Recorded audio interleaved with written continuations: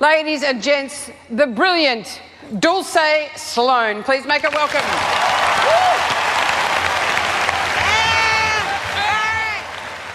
Dulcé Sloan is a talented and hilarious comedian currently based in New York City, where she's a full-time on-air correspondent on The Daily Show with Trevor Noah.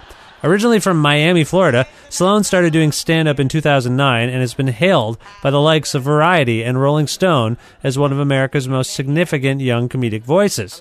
She is performing at the 2019 Just for Laughs Northwest Festival in Vancouver on Saturday, February 23rd, and Dulcé and I recently connected for a talk about white folks, white folkin', her love of theater and how she got into stand-up, living life in cities like Miami, Atlanta, Los Angeles, and New York, deleting mean social media posts by strangers, the Super Bowl, and her friend Sashir Zameda's perspective on racism in America under its current president.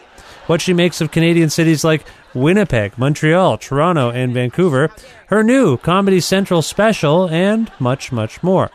With the support of listeners like you who subscribe to this podcast and spread the word about it and make flexible monthly pledges at patreon.com/creative control, plus in-kind support from CFRU 93.3 FM, Pizza Trocadero, The Bookshelf, and Planet Bean Coffee in Guelph, and Granddad's Donuts in Hamilton, this is the 460th episode of Creative Control featuring the hilarious Dulcé Sloan with your host, me, Vish Khanna. You ladies are nice, but I love men. Hi, Australia. I haven't fucked any of your men yet. I'm real pissed about it. I've been in this country for a week. Let me see these dicks. Hi, Dulcé. How are you? Good. How are you? I'm very well. I'm very well. It's nice to chat with you. First of all, where in the world are you today? I am back in New York. Back in New York. Were you in New Orleans? I was in New Orleans recording my half hour over the weekend. Amazing. Congratulations. Thank you. Did it go as well as you'd hoped? Oh, yeah, it went great. Nice. That's great. I mean, is this your first proper special that you just recorded? Yes, it's my first special. And it's for Comedy Central, I believe? Yes. Okay, cool. And I don't, I mean, at this point, do you know when it might come out? Absolutely no clue. It's the way it is with content sometimes, isn't it? You make it and then they tell you when it's coming out. It's not my job to know until they tell me. And then I tell everybody when I'm supposed to. Is that a weird thing as a comedian if you're dealing with sort of topical, humor and then it could be 6 months, 8 months later the thing comes out? That's why you don't do topical humor on a special for the most part. Ah, that's true. So there's nothing topical per se. If it's going to be topical, you do something that could be a little like, if you're talking about the president, he's going to be the president for a while. But if you're talking about something that just happened, it's not going to work. Do you think your president's going to be the president for a while? That doesn't seem to be true. Although it has been a while now. But don't you think any day now he might be, something serious might be happening? No. You don't think so, eh? No, they're going to let that evil man be president as long as they want him to be president. I see. By they, who do you mean exactly? Oh, white folks. Specifically, the white men that won this country. So, no, he's going to be president as long as they need him to be awful, and then they'll get rid of him or whatever they got to do. Yeah. But nah, he ain't going nowhere for a while. Okay. All right. Well, are you in New York because of your job at The Daily Show? Is that why you moved there, per se? Yeah, that's the reason I moved here, was for the show. And where were you before that? I was in Los Angeles before that. And but that's not where you're from. Are you from Miami? Is that right? I was born in Miami and I grew up in Atlanta. So I lived in Miami some, but I lived mostly in Atlanta. Oh, okay, cool. And how was that, so to speak? How would you characterize your upbringing, per se? My upbringing was good. It was just me, my mom, and my brother for the most part. Like, we lived with my grandma for a little bit. We went back to Miami. But it was mostly just the three of us. Okay. And so it was cool, though. Yeah, I mean, what? I don't understand this question. Like, well, I mean, some truly don't understand this question. It's like, all right, well, did you have a horrible childhood? No, my childhood was fine. that's truly don't understand this question. Well, I often ask artistic people about their upbringing and maybe what motivated them to get into it. You know, sometimes something I don't mean horrible. I didn't mean it that way. In fact, with younger people that I have on the show, often they say, it was great. It was amazing. My parents were very supportive of my interest in, comedy, music, whatever it is. That's all I was kind of getting at. Sorry, I was a bit okay, vague. that's what you wanted to know and ask me that question. Well, I was getting to it. No, my mother was very supportive. I told my mother when I was 6 years old that I wanted to be an actor, and she said, okay, what are you going to do to achieve that? So I took theater and chorus all through, middle school. I think elementary school, middle school, high school. I got a theater degree, and then just started auditioning and doing whatever independent stuff or plays that I could do in Atlanta. And then I started doing stand-up because another comic told me I was a comic and put me in a stand-up class. I see. So that's how I got into stand-up, and that was 10 years ago. Yeah, you've been doing this 10 years. Do you have a sense of what motivated you to get into theater? Mm-mm. No idea. No, I mean, I was 6. So you were 6 years old. Wow. Yeah, I was 6 when I told my mom I wanted to be an actor, and she was like, all right, well, what are we going to do to achieve this? I see. 6. Wow, that's amazing. So is it just watching TV? Did you see someone? Was there an actor or actress you're like, that seems fun. I could probably do that. Don't even remember. It was either that or be a marine biologist and work with dolphins. And then I found out how much school you had to do to hang out with dolphins all day. So I was like, fuck that. You're not, wait, you did pursue school for theater, though. You're not anti-school or education per se. No, I'm anti doing a bunch of math to hang out with dolphins. It doesn't make any sense. It's true. I don't imagine you. They don't add. What am I here? No. I was like, y'all messing with people. I'm not doing this. So is there something about your approach to acting that spurred someone to think, hey, you're a comedian. You're more of a comedian than maybe an actress or an actor at this point? One had nothing to do with the other. Oh, really? Disconnected? No, a friend of mine worked at the Funny Farm, which is a comedy club in Atlanta, and I would go up there and hang out with her because she worked the door, so she let me in for free. And I would hang there all the time because I wasn't working on a show or doing anything else. And I met comics because I was there all the time. And through meeting comics and talking to them, just talking to them and having conversations with them, they're like, oh, you're funny. And I was like, oh, thank you. And one of the comics was like, no, you should really be doing stand-up. So that's how they came about. They knew I was an actor, but I was up there just hanging out. Huh. And through hanging out and just talking to them, that's when they told me I should be a comic. And do you feel in your comedy, I feel like I get a true sense of yourself. It seems to be a very personal expression. Do you feel like you are expressing an honest version of yourself? I know, it can be bigger than life. It can be performative, but this seems like you. Is that fair to say? Yeah, this is what happened. This is how I feel. This is how I think. Because before it wasn't like that. And Big Kenny, who was the comic who put me in a stand-up class and was mentoring me and taught me how to be a comic and write a joke and everything. Before my stand-up, when I first started, it was very observational. And he said to me one day, when you start talking about yourself, then that's really going to change you and your stand-up. And I didn't understand what he meant until I was like a year and a half in. And then I was at a show and I had a different set. I was like, screw it. These are the things that I think about. And that's when it was like something clicked. And I was like, oh, this is what he meant. So he was right. When I started talking about myself, it did feel different. Is there anything easier about that realization in terms of your craft? Because you've gone from, crafting jokes that are observational, as you say, to basically just expressing your true self. On some level, it's directly you. Is that easier in some way? I was expressing my true self the whole time. Right. Okay. Except one was internal. What I was talking about, one was external things that everyone could observe. Right. And then the other way is these are things that are happening with me that I'm telling you about. Right. They're both an expression of self. They're both my interpretation of how I see the world. Right. Yeah, that's fair to say. Now, we just, as we're speaking, you mentioned Atlanta, and as we're speaking yesterday, the Super Bowl was in Atlanta. Did you follow this at all? No. Not interested in the sport game? Well, it was like, I just hope they don't tear the city up. That was it. Is that likely to happen in Atlanta? Is it likely when 1 million people come to your city that they're not going to tear it up? I suppose it's kind of a dumb question. It is. You were worried more for the safety of the city than anything else. Yeah, because when people show up, and especially like all the dumb stuff that happened when the Eagles won, I'm like, oh goodness, this is not the place for this. Y'all got to sit down somewhere. Yeah, yeah. Yeah. So that's what I was like. I hope nobody gets hurt. You know, I Does hope they don't tear up that new stupid stadium they built. So does the politics of football and the Super Bowl, does that impact you in any way? Do you have a perspective on what's going on in terms of the discussion around the Super Bowl? People were, not willing to watch it, particularly because of Colin Kaepernick and the way the NFL has treated some of its players. Do you have any thoughts on that? Not just white folks, white folking, and it's you hope all of the players.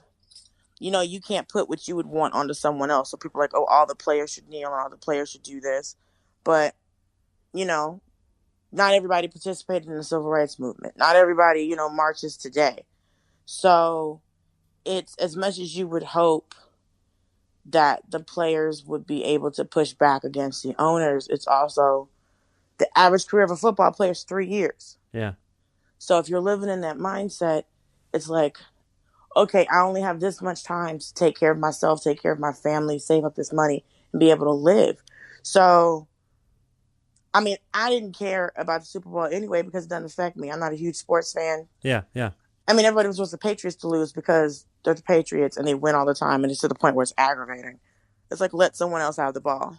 But there's also I feel like there's like because of the political stripes of Tom Brady and Bill Belichick, people really hate the Patriots now. I mean, certain people really hate the Patriots because of those apparent politics within it. I mean, they might, but I can't speak for those people. I don't know them folks. Yeah, yeah. So that's your take on that. Okay, I was just curious because I was sort of following Twitter, and that seemed to be a lot. People were just like, I'm not watching this crap. The game is dangerous. It treats people poorly. I just thought you might have perspectives on that.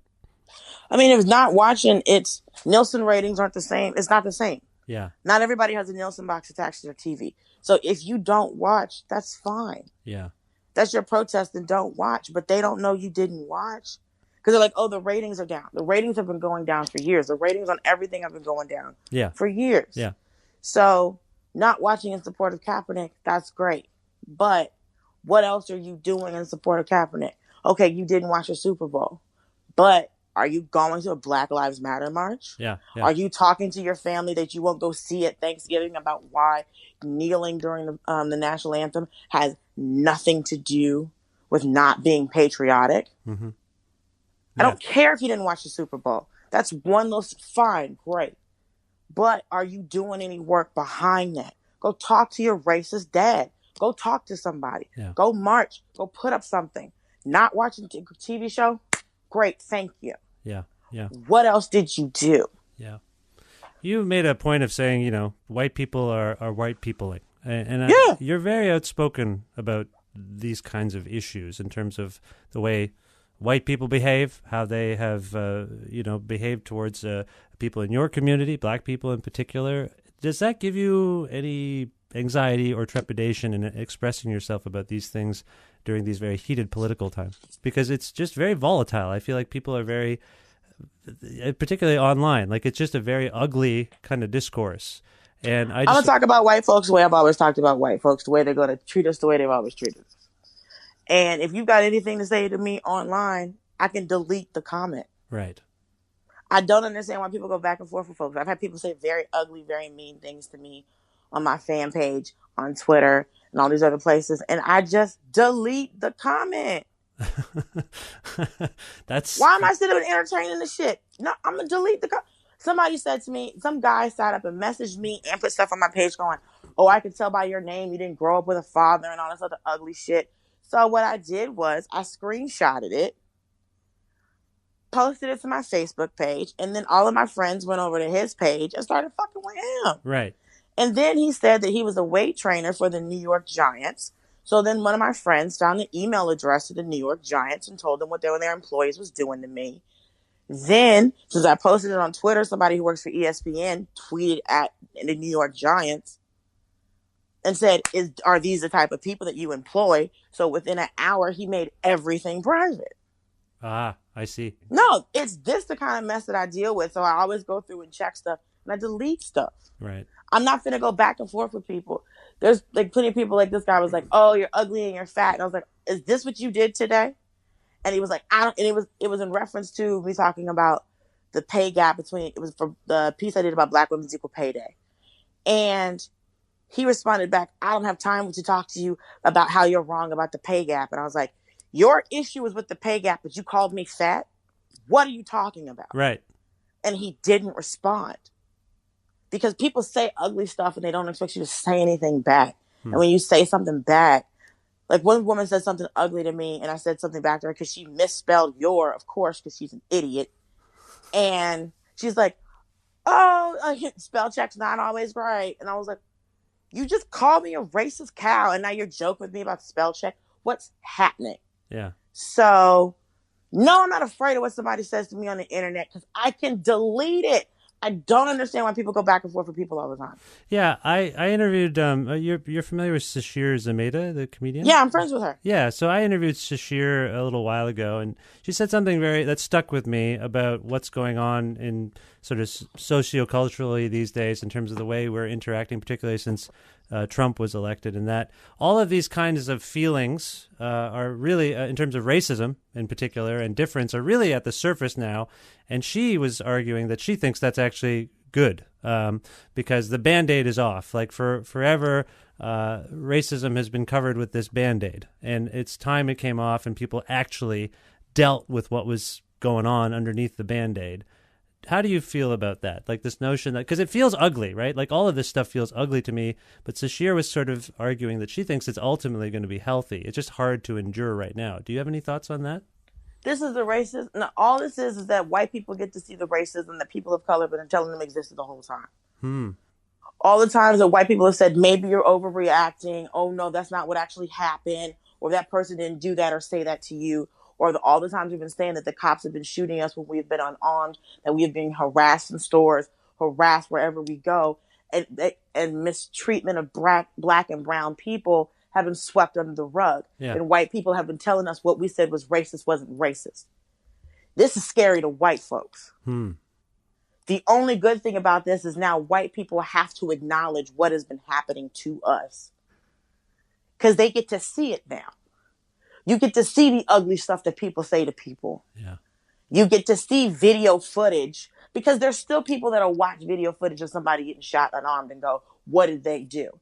Because it's a double standard, because you have inherent racism. You assume that black people are guilty until proven innocent. So when you see us interact with the police, it's, well, you should calm down. Well, you should do this. Why should I do anything more than somebody who's fucking trained to do this? Yeah, yeah. How is he so much more afraid than me? I don't have a gun. I don't have the law behind me. He does. Yeah.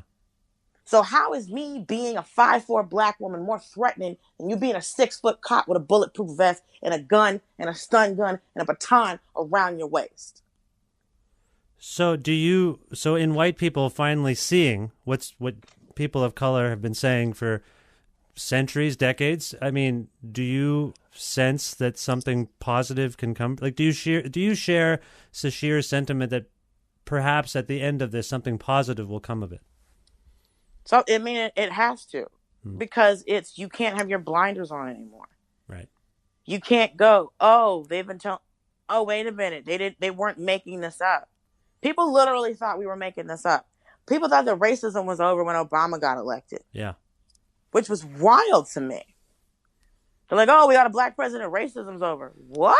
It seemed to heighten when he got elected, I thought. That's what happened. Yeah. That's what actually happened. There are people that were so mad that the president was black.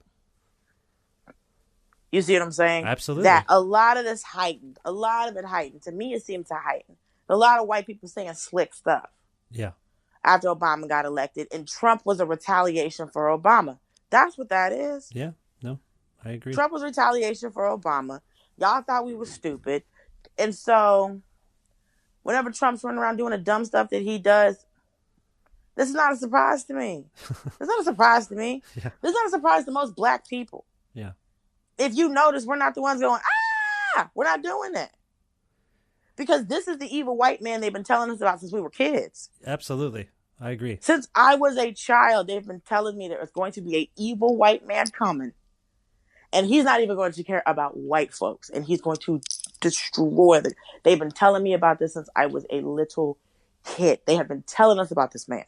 And now that he's here, it's like, oh, this was the boogeyman in the closet that they've been telling us about for decades. What's up? He's not scary to me, because this is why Trump's not scary to me, because I will see a cop before I see Trump. Oh, interesting. Trump won't kill me. The police will. I can only deal with the most immediate danger. Plus, you've got a president saying, mistreat people when you arrest them. Knock their head up against the car when you're putting them in the car. Absolutely, yeah. That's what he says. He's not going to arrest me. I'm not going to interact with him. My brother's not going to interact with him. My friend's not going to interact with Trump. But the police are everywhere. Yeah. I can only deal with my most immediate danger. I can't think about a zombie apocalypse or an atomic fallout or all of this. I can't think about that. I can only deal with my most immediate danger, which might seem short-sighted, but ain't nobody talking about no atomic war coming. I have immediate danger on a daily basis. I'm a woman who, just being a woman walking down the street. Yeah. Daytime, nighttime, whatever, I can only deal with my most immediate danger.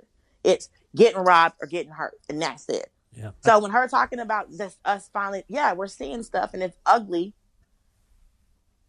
But it's, at the same time, it's like, okay, y'all felt like this the entire time. Y'all just had the decency before to hide this. Or y'all had the shame before to hide it.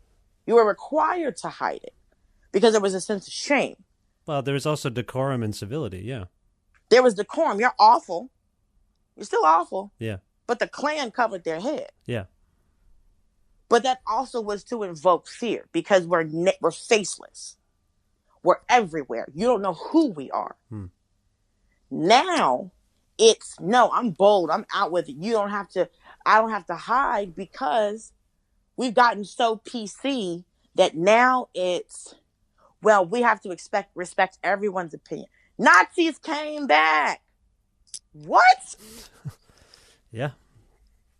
People's grandparents my grandfather fought them. What are they back?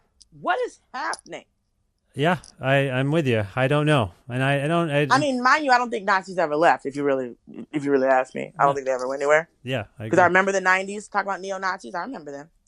Oh, yeah. I mean, God, David Duke and all those guys. And yeah. Skinheads never went anywhere. We were all going to agree. The skinheads never went anywhere. Yeah. But I can't tell you about the number of dudes who've hit on me that were skinheads. So that's a whole different thing. Really? But, huh. Oh, yeah. I mean, a lot of, the ones that I knew that hit on me were dudes that just went to jail and just needed to survive. Or people be having fetishes and stuff. People are gross. Listen, all I'm saying, it's good, but it's like, you don't want to, yes, it's good that it's out in the open, but that's where we are right now. Yeah. But it's only at that, it's the Band-Aid's off and we're seeing stuff. Yeah.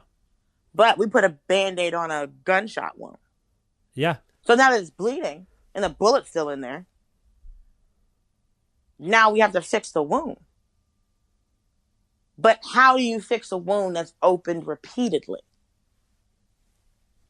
Because it's never been stitched up. It's only gotten wider. We've only put more bullets in the body of the country. Yeah. So if it keeps bleeding and it keeps getting shot, and you patch it up with Band-Aids when, we should all come together as a nation. Okay, we did. Something else happens, and then all the Band-Aids get pulled off, and then we're still bleeding. There's no doctor.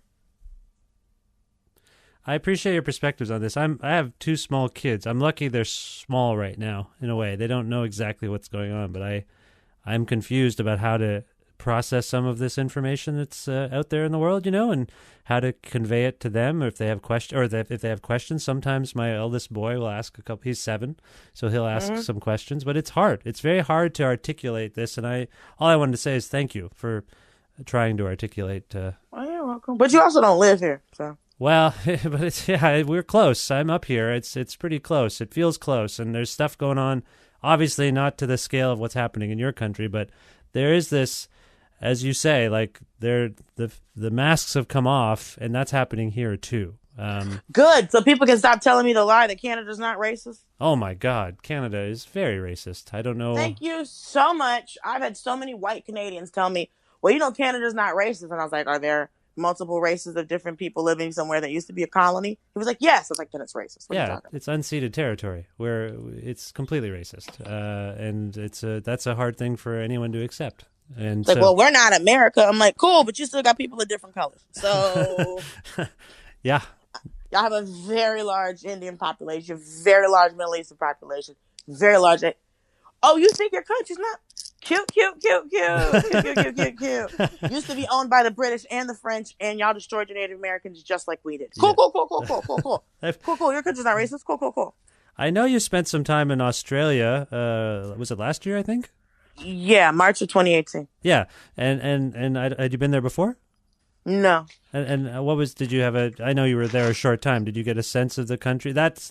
I'm asking this in relation to Canada because I wonder if you've been to Canada and have thoughts on it beyond what you just expressed. But I've never been to Australia. I've been hearing, particularly with Hannah Gadsby's special that just came out. I think that shone a light on some of the intolerant aspects of it. I spoke to another comedian who just played there and talked about the homophobia they felt just walking around the street. And I just wondered, did you have any thoughts on Australia after you came back, or while you were there when you came back? I didn't have any interactions because mostly my days were all press and then 2 shows at night and then at a bar. So I really didn't actually interact too much with the people of Australia. Okay. Like they would come to shows, people were nice, no one said anything rude, or I didn't have enough interactions with people to make a summation of how exactly they would act, but I did have friends who came and they are American expats who are African American who live in Australia. And I asked them, I was like, yo, man, I'm not seeing, because the thing is, like, when being in like Australia and being in Scotland, I was with one of my friends, in Scotland with my friend Ramon, and we said it was interesting because in America, whenever a white person sees you, they always look at you and try to assess you as a threat. Right. In Scotland and Australia, they didn't do that. So I actually figured out a white girl was American in Scotland without her speaking because I saw her assess me as a threat. That's via like a look, a stance? Yeah, it's very much, it's a look. It's okay, let me see if this is a thing. Like, the first time you interact with a big dog, you're trying to figure out like, oh, will this thing bite me or is it fine? Same look. It's the same thing. You're trying to assess a threat. So I didn't get that in Australia or Scott. I didn't see anybody assessing me like that. Okay. I didn't see anyone making a point to not interact with me. And that didn't happen in Canada. It depends. When I was in Montreal, it would happen sometimes. When I was in Winnipeg, no. And when I was in Toronto, no. Oh. But in Montreal, it was like that. But in Montreal, it wasn't just white people who were doing that. It was also people of color who were doing that in Montreal. Well, Montreal has a slightly, it has its own feeling. It has its own vibe in terms of Canadian cities, I would say. Yeah, I hear they're on some real foolishness. Somebody's on some foolishness somewhere in Canada acting a fool. Right. I think it was over by Montreal. I think I heard some people yelling in French, talking to Trudeau, being mad. But I didn't have that issue in Winnipeg, and I didn't have that issue in Toronto. But also, I actually saw 2 fights in the street in Toronto, so I was like, okay, maybe Drake was not joking. It goes down out here. Literally 2 fights in the street on a Saturday night, and I was like, whoa, Toronto is wild. It can be. It's true, yeah. I was like, yo, Drake was really out here telling the truth. It's true. As Americans, you seem to, Drake is giving you, is kind of like this avatar for Canada, isn't he, these days? I mean, listen, first of all, it's like, all right, I get it. You're a rapper. We forget he's Canadian all the time. I'm like, all right. He's like, Toronto this, Toronto that. We're like, all right, Canada's cute. And then I'm out there to see like people fighting in the street. Some dude run down the street with a stick, chasing 2 other dudes. I was like, okay, this is what? All right, Drake, I'm going to give you this one. I'm going to give you this, Aubrey. You wasn't playing. All right, man, let you have this one. Toronto goes down. 2 fights within a Uber ride. Come on, dude. Yeah, that's a lot. Yeah, Toronto is heating up. I mean, the gun violence there has ramped up as well this year. It's already, past the pace, if you will. So there's just a lot of volatility in the world, I think, and particularly in North America. I'm not trying to say it's like yeah, Australia was cool. I didn't enter, but it's different places have different kind of racism. Yeah. So Yeah. I didn't get the American vibe of racism. But if I went into a restaurant, people served us. If we went into a store, people asked us if we needed anything. Yeah. Where I've been to restaurants in LA, LA is very racist and people don't know that. I've been to restaurants in LA. I walked into a restaurant one time and a black dude said to me, "Oh, we're not taking applications until 2." I said, "Negro, I'm here to get lunch, but you know what? Thank you. Jesus. Because I don't need to eat in here." Right. So I've been to places, especially in LA. You walk in, people act like you didn't walk in the store, or I got to ask you, "Hey, where's the host?" All of that. Yeah. All of that. Yeah. Same thing has happened up north. It rarely happens when I'm back home. I've had way more racist stuff happen to me outside of the South. Right. Really? Yeah, that's interesting. That's not a wide held perception. No, it's not the perception, but Yeah. the South is the only place in the United States that's had to even talk about its issues of race. Right. Or talk about how it deals with race or how it interacts with people. But you also have to think about 60% of the black people in America also live in former slave states. Mm-hmm. Mm-hmm. So most of the black population in America is in former slave states. So when you're dealing with that's why you can have a state. That's why the mayor of Atlanta has been black my entire life. Yeah. So you can have places like where it's like where Stacey Abrams can run to be governor of Georgia, and they have the race be that close. Yeah. So when you say these things happen, it's damn near impossible if you're a white person in the South to not interact with a black person. It's very difficult. Right. If you're a white person who lives in any other part of America, it can be easy to not interact with black folks. It's a very astute point. And, I do want to ask you about your own arc here. We've established you've been doing comedy about 10 years. You're working at The Daily Show now, and what's that experience like for you? Are you able to get these kinds of ideas, these thoughts out as a writer and a performer on that show? I'm not a writer on that show. Oh, you don't write on the show at all? I thought you did. I apologize. You are... No, everyone thinks all the correspondents are writers. No, we have writers on the show. Oh, I'm sorry. Okay. So you're... Yeah, I'm not in anybody's guild. Nah, dog. Mm-mm. Okay. So you're a correspondent on the show solely. I assume that as a correspondent you would write your desk pieces, but that's not necessarily the case. We work with the writers in writing them. Okay. So it's a collaboration because we work with the writers in writing them to make sure that they are in our voice and of our perspective and expressing how we feel about whatever subject we're talking about and our interpretation of whatever subject we're talking about.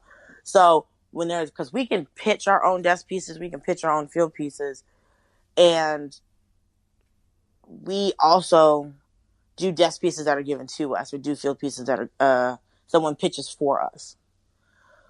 So in that, if any week time we get anything, it's all right. We sit down with the writers and then we write out together what it is. I see. I appreciate but that the distinction. Writers, yeah, because the writers write the show every day. I don't write the show every day.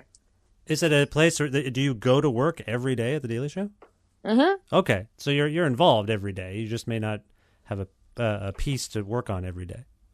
Yeah, we don't have desk pieces every day. Right, of course not. Right. Okay, but overall the experience is a good one, I assume.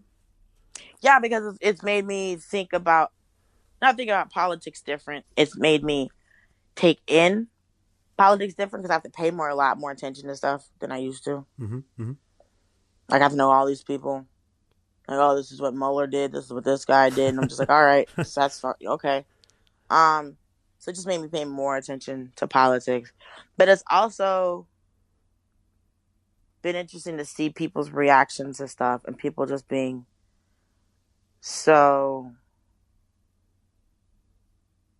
to see people so afraid that didn't used to be afraid of America and the government. Well, this is why I asked you earlier, and I know you kind of bristled. Like, this is why I asked you about any trepidation you might have as a comedian, as a person with, as a person who expresses yourself in a cultural realm, if you had any fear, because I've seen. Right, and again, I bristled because that question has nothing to do with what I'm talking about right now. I see. Okay. As in, I'm saying it's interesting to see people who when they woke up every day, America's great and it's the American dream, and bop, bop, bop, bop, bop, I can do whatever I want, pull Oh, myself up I by my see. bootstraps. Right. Okay. And then there's the rest of the population where it's like, okay, hope I make it home alive today. Hope I don't get in trouble for something that I didn't do. I hope I don't run into something. I hope I don't get, I hope I don't have any issues that I have because I'm a person of color in America. Right. Okay. So for, white people to wake up and be afraid of America and afraid of the president is a very interesting thing to see as a person of color. I see. Because before he got elected, that's not how it was. So to see people so afraid, and people talk about, being on the show, when I talk to people who watch the show and they're like, I'm just so afraid and da-da-da-da-da-da. It's a fear I don't understand because I don't understand where it's coming from. Because I understand the president is a jackass. And I understand he could do things that could kill us all. But George W. Bush was a jackass and y'all weren't afraid of him. Right. Is it because Dick Cheney ran the country? Is that why? Is it because that George Bush could be checked? Because George W. Bush, for as much as he was an idiot, he could be checked. Right. But it does feel like, don't you feel like Trump and his ilk have emboldened like this weird, army of outspoken assholes? Like, I think that's what it is. Like we discussed earlier, everything's more in our face now, whether it's online or real life. Like, we're seeing these people, which we didn't see as much, I think, under someone like George W. Bush. Like, this guy goes out, Trump, he goes out and he says stuff, and his followers sort of mobilize. And that's different, I think. That might be where the fear is coming from. So the fear is from the people around them, not from who's in the White House. I think so, and what the guy in the White House is actually, emboldening them to do and say and feel. I mean, we in Canada after the election, I saw a kid. I'm calling you from Guelph, Ontario, where I'm an hour west of Toronto. There was a kid in the university campus wearing a "Make America Great Again" hat, and I was like, "That's a hate crime!" Like right away, holy Lord, like that just offended me so much as a hat, And so I think this sort of symbolism is just so out there. We just, it's only been a couple of weeks since this kid was sneering at this Indigenous elder, and so we're this kind of stuff. I think is maybe where when you say, I don't know where their fear is coming from. This is a new fear for white people, but I think that's what it is. I think there are white people who are now afraid of other white people. It's an interesting phenomenon on some level. It's cute. It's real cute. For me, it's interesting because it's like, oh, I've known these people aren't a surprise to me. Exactly. Yeah. These people aren't a surprise to me. Now they just have Twitter. You get to be loud and ignorant and banshee on the internet. You get to be racist from the comfort of your own home. Great. Congratulations. Yeah. You get to say wild stuff to people. You get to act how you've always acted. And yes, this man has emboldened these people. But y'all have also allowed this man to embolden these people. Right. Exactly. Yeah. Y'all have allowed this man to act like this. You tell me there's no one. Y'all can't edit this. Y'all can't stop film. There's nobody. There's absolutely no one. Nobody in this administration who can look at this man and go, hey, dog, you need to chill out. Yeah. You're causing problems in this country. Yeah. So for me, there's a reason they're letting him act like this. Because what is the point? What is the reason for his behavior? What is the reason to embolden these people? What is the reason to be running around treating immigrants the way that you're doing? You allowed them kids to be put in them cages. It's not like anybody. The first child that got put in the cage, somebody should have said something. Yeah. Yeah. So y'all allowed this to happen. Mm-hmm. Y'all let this happen. And then when the news broke, you were like, what? No, you knew this was going down. Yeah. He might not have known. They briefed the president. He don't know what's going on all the time. Yeah. No president knows what's going on all the time. Right. But the fact that you have one that's so combative and so ridiculous and is emboldening these people, what's he doing it for? Because we've all seen the tape from Trump in the 90s being on Oprah going, if I ran for president, I'd run the Republican Party because they're sheep. Yes. So what is this for? If Trump's the retaliation for Obama, why y'all going so far? Because all it has to do is to say, okay, y'all thought y'all was cool when you had a black president. No. Because if you look at the history of colonizers, if you look at the history of white people in this country, in America, I'm not saying in general, I'm talking about the ones that ran it. Fear is how you keep people down. You don't let these people vote. You don't let these people read. You don't do this. You don't do that. You keep fear. Yeah. So how does a population that feels like they have lost power remind the rest of the population that they still run shit? Fear. Yeah. That's his only job. His only job is to incite you to be afraid of your neighbor. Yeah. So if you're afraid of your neighbor, you can't pay attention to the stupid thing that he's doing over here. That's right. Inducing anxiety, it's a distraction. I agree. Right. But you have to understand me. I've been raised and maintained at a level of fear my entire life. Right. So your tricks don't work. I see what you're doing. You can incite these fools and act, and all you're doing is just going, yeah, we know about this. I know what this is. You're sneering at, you're acting a fool. You're wearing your little silly ass hat. Your hat don't mean nothing to me. Bring it in the yard. What are we doing? You want to say something to me on the internet? Cute. Cute. I appreciate you calling all of this cute. I understand what you're saying. That's it's nothing else but cute, because it's all keyboard courage. It's all you acting a fool. It's all you being hateful and insightful. If we turn the internet off for 2 days, what would happen? Right. Turn it off. Get off Twitter for 3 days. I don't even understand Twitter to start with. Turn the shit off. That's why most people aren't on Facebook and Twitter. That's why Instagram's so big right now. Yeah. I still want to know what my friend ate today. I still want to know that. What did you do yesterday? Yeah. I don't want to sit up on Facebook and argue with people aunties. I don't want to sit up on Twitter and see people go back and forth. People I don't even know. No, y'all ain't fixing nothing. Right. You think arguing on Twitter is going to do something, or some company giving some weak ass apology for something racist that they did? Who cares? Y'all ain't doing nothing on the ground. You're not talking to anybody. Fix it. If you're so worried about the president on the dumb stuff he's doing, Twitter's not going to shut this stuff down. Facebook is so fucking problematic right now. Yeah, yeah. So many people's pages getting shut down because they're expressing themselves, and it's like, but you're not shutting these men's pages down for being harassing to women. But if one of my friends' pages got shut down for 30 days because she said men are trash. Another girl's page like, I hate men, shut down. It's ridiculous. Yeah. But yeah, it's cute. You want to sit up and say something racist to me on the internet? You know I can delete this.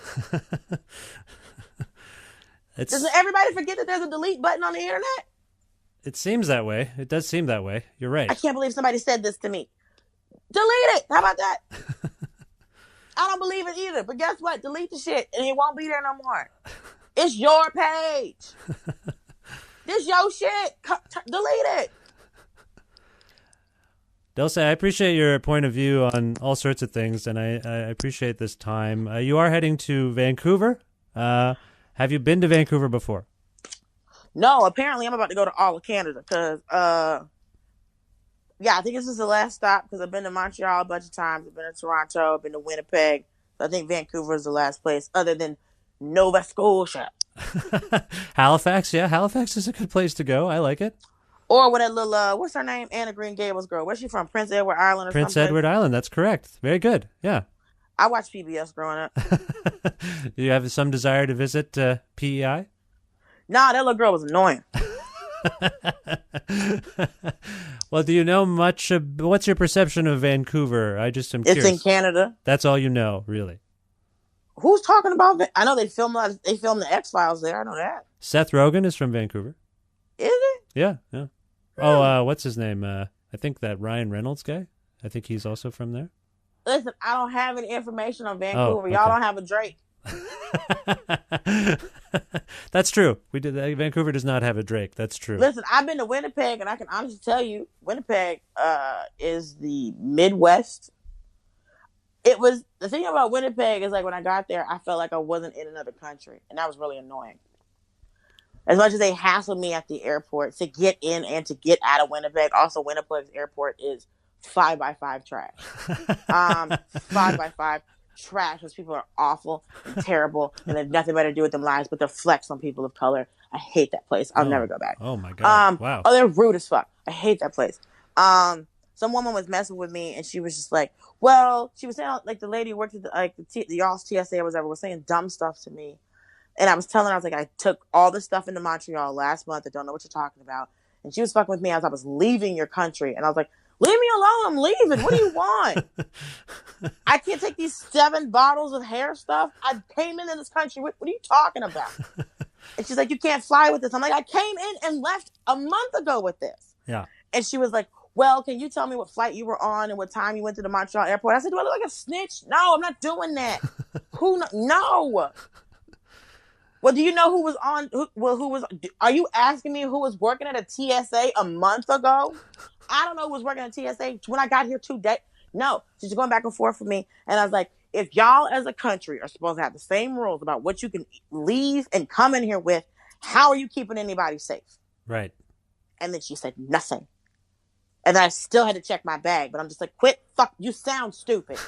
Who was on set?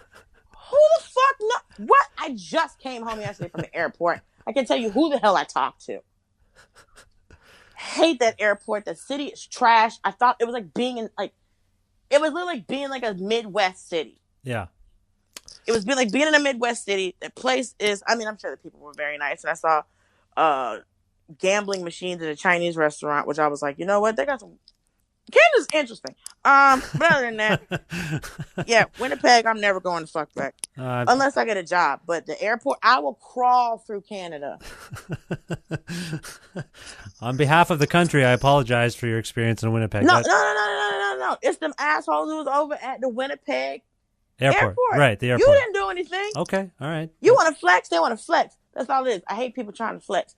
I will ride a scooter into Canada before I fly into Winnipeg's airport again. Okay, all right. I will walk through glass and broken drains.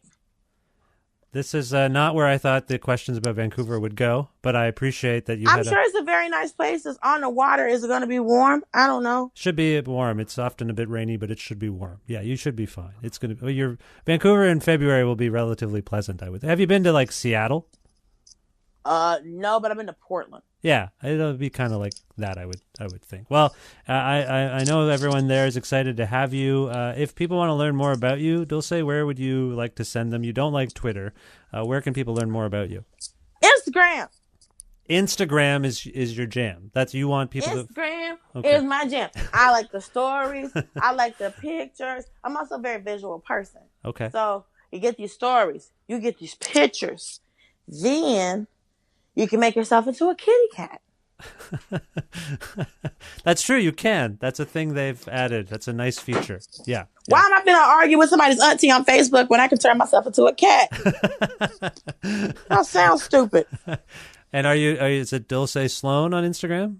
Yes, Dulcé Sloan. Everything's at Dulcé Sloan. Okay. I have been on Twitter since 2012. I think I finally figured it out. Okay. I think I know where Black Twitter is. Honestly, it should just be another website.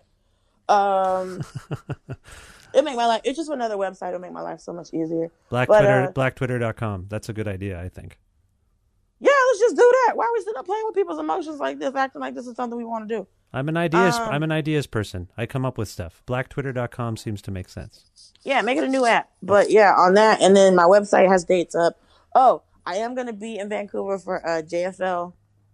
Yeah. Vancouver. Yeah, JFL Northwest it's called. That's right. Yeah. Yes, JFL Northwest, because I'm great at promoting things. But my favorite thing is I'm going to be doing a live taping with Nicole Byer for her Why Won't You Date Me podcast. Oh, nice. So I don't know if you know Nicole Byer. She is on Nailed It on Netflix, and she is hilarious. She's one of my friends. She just has a half hour on the Comedians of the World series that they just put out Netflix. Yeah. Yes, and she is a fool, and I'm currently wearing a pair of pants that she gave me. Oh, so that's nice. Hey, man, you got to be out here support. And the coat she gave me. Am I actually talking to Nicole Byer? This seems a bit suspicious at this point. No. Wearing all of her clothes. I don't know. She gave them to me because she had too many. She's like, I'm moving. Come take these clothes. So I left with a giant bag of clothes from Nicole Byer, which honestly I thank her for because, I was not ready for this New York weather. This coat she gave me really saved my life. So Well, you're very, if you don't mind me saying, I think you're a very funny and talented person. I appreciate this time, and I want to go out on something by you. And I know we were talking about your time in Australia, and I've watched this clip of you doing stand-up in Australia. Well, it was a festival there, I assume. Is that what it was? Yeah, it was the Melbourne Comedy Festival. And it's a YouTube video of you doing stand-up. It's very funny. Is it okay if we go out on that? Sure. Okay. Is there anything you want to say about it per se? Well, there's two videos. Actually, if you watch one, there's one of me doing stand-up at that late night show. Yeah. And then there's another clip of me. It's a debate? It's a debate or something, right? Yeah, it's called The Great Debate, and it was for or against living on Mars. Mm-hmm. And I'm definitely against it. Okay. So if you want to see something truly ridiculous, watch that. Because, I think I made a strong argument as to why we shouldn't. I made a strong argument why we shouldn't go to Mars, why I'm definitely not going. Just because, I like to breathe. Well, yeah, you mentioned Total Recall repeatedly during that segment, and I do think people should check it out. It's you make a lot of salient points, if I might say. But are you okay if we go to the stand-up clip? Yeah, that's fine. I was just saying if you wanted something else to show people online other than that one clip. But yeah, we can go out on that. They're both very strong and very funny, and I think you're wonderful, and I do thank you for your time. So let's go to that right now. And Dulce, I wish you the best of luck with everything. And again, thank you so much for your time today. Oh, thank you for having me.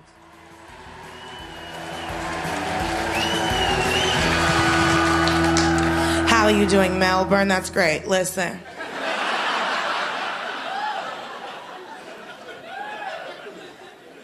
It's glad to see all these beautiful white men here. I'm in my leopard print. Just to let you know that I'm on the prowl. Thank you. Or I'm a creep, whichever comes first. I do love leopard print. I don't know why. It has caused some problems for me. I had a woman come up to me and go, "Oh my God, I love your shirt. Like, it's so cute. Like, oh, I just love your leopard print." I was like, thank you. Of course, these titties, you're welcome. She's like, yeah, so do you wear leopard print to, like, remind you of where you come from?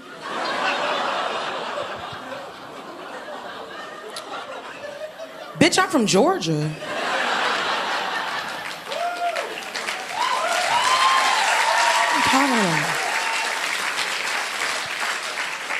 She's like, no. Where your family's from? Florida? My family's from Florida. She's like, no, where your ancestors are from? Africa? You think I wear leopard print to remind me of Africa? Mm-mm. That's why I fuck white dudes. Because every white man's broken heart is my reparations.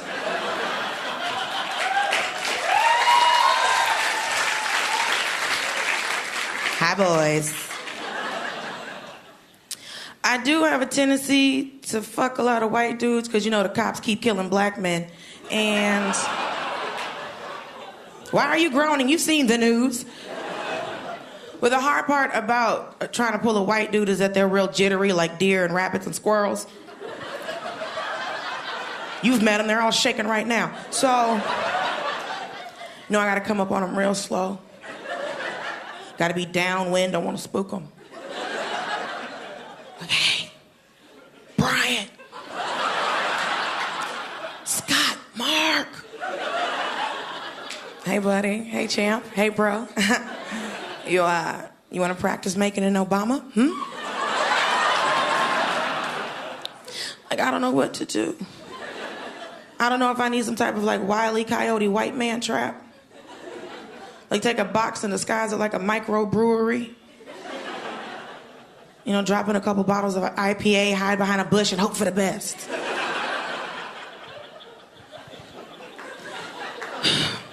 I've had to stop fucking poor dudes because of success.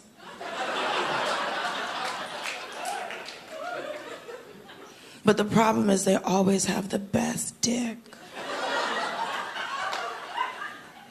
There's been some victims of poor dude in the room. I hear you. Because the thing is, they have to fuck you to sleep. So they have a place to sleep. Yeah, they caught a couple of y'all. You knew the jig should have been up when he walked in your house with 2 backpacks. What person with a place to live has 2 backpacks? And they never have a condom either. Because you're successful, they're trying to trap you with a baby. And then you end up with 2 roommates you didn't want.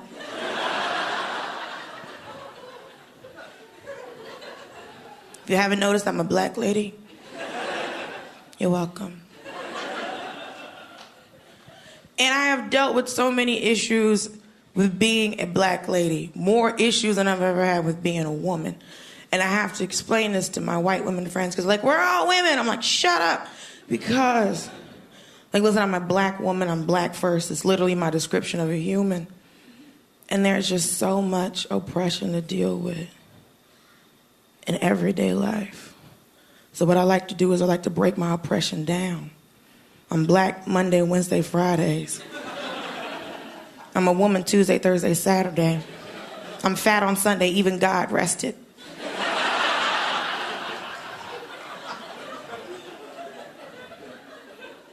I do like to be supportive of white women because they keep making me. And doing stand-up is just so many white women talking to me about feminism. Like, Dulcé, it's all hard. We're all women. We're all men. I'm like, listen. I understood the civil rights movement. I got it. We couldn't vote. We couldn't go to school. We couldn't pee. We couldn't sit on the front of a fucking bus. Like, there was too many things that we could not do, and we just wanted to pee and drink water. That's it. So I'm really trying to figure out, I'm like, okay, girl, what's the main issues with feminism? And she's like, well, I'm like, I don't need a blog post. What is the real problem? And she's like, oh, my God. It's like equal pay for equal work. Equal pay for equal work. I'm like, cool. I don't want to work.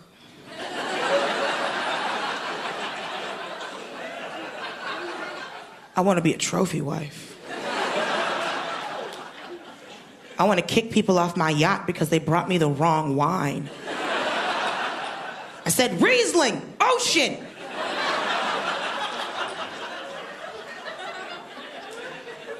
And then I gotta hire somebody to fish them out the water. Now I'm creating jobs. All right, y'all, bye. Give it up for Dulcé Sloan.